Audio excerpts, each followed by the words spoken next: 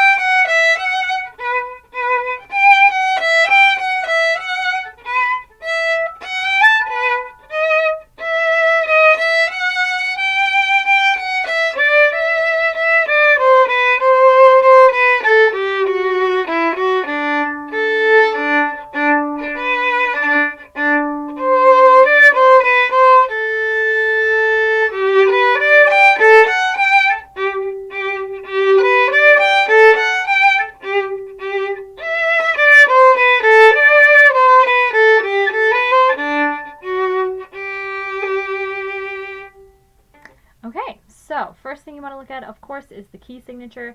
You have an F sharp in your key signature, which tells us that we're in the key of G major. So let's go through and see what our second fingers are doing.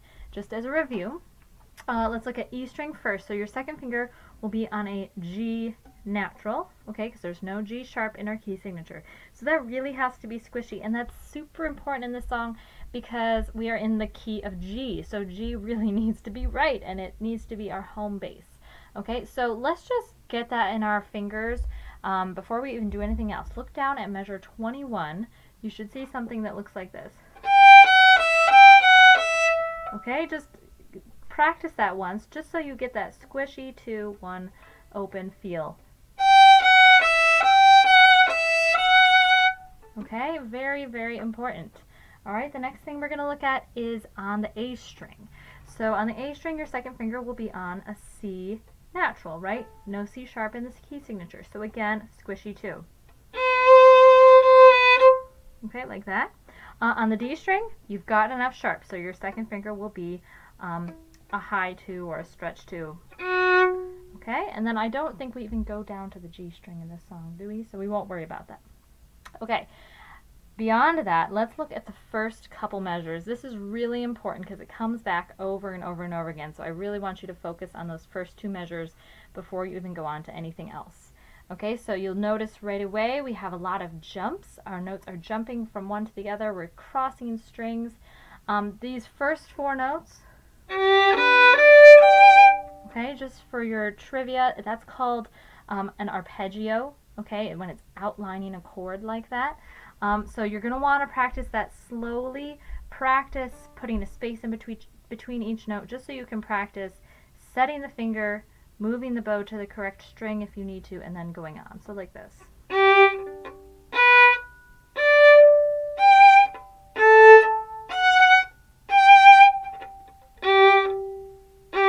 Alright, and even the second measure, you have to jump over two strings. So you want to practice that slowly, again, just so you can make sure you're rolling completely silently from one string to the next. Okay, so I would do that several times and work it up a little bit at a time until you get a little faster at it. Another thing you can try, it totally throws some people off, but just to get those string crossings, you can try playing it with no fingers. Okay, so it'll end up being D, A, E, A, E, E, D, D. I know, it's totally confusing, but let me just show you, just in case you want to challenge yourself to try it.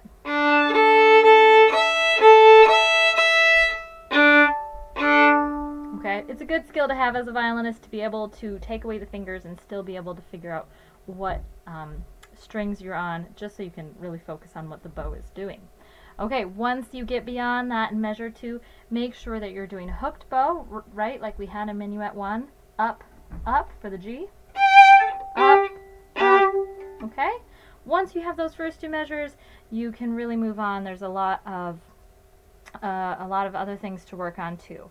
Okay, so let's just jump a little bit to measure 15, okay? You'll see something there. It looks like eighth notes, but there's 3 of them grouped together, and there's a little 3 underneath, okay? That's called a triplet. When you have a triplet, you do 3 in a beat.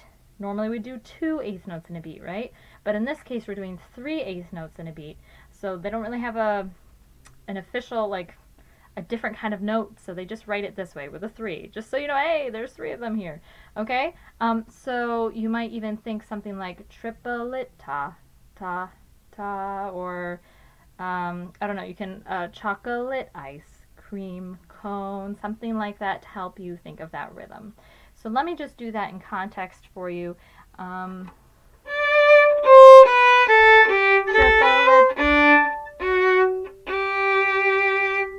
I did the wrong bowing, but you get the idea.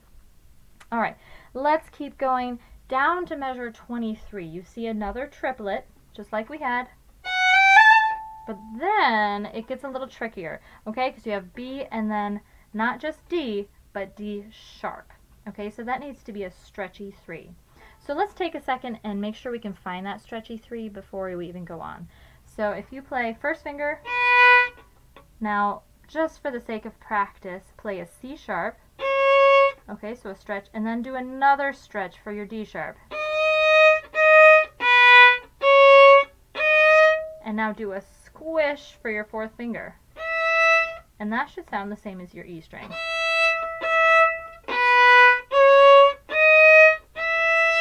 Okay, that finger pattern should be pretty familiar to you because we have done it for our first finger scale patterns, right? That finger pattern we've done before. All right, so you have to do that here in measure 23. So it'll be 1, stretchy 3, and then 4th finger in the next measure. But don't lift up your 3rd finger, keep it right there because then the next note is D sharp again. And then we give you license to use open string. Okay, so going over that one more time. Stretchy 3, might as well just keep your 1st finger down, it's a good anchor there. Keep your 3rd finger down and squish your 4th finger.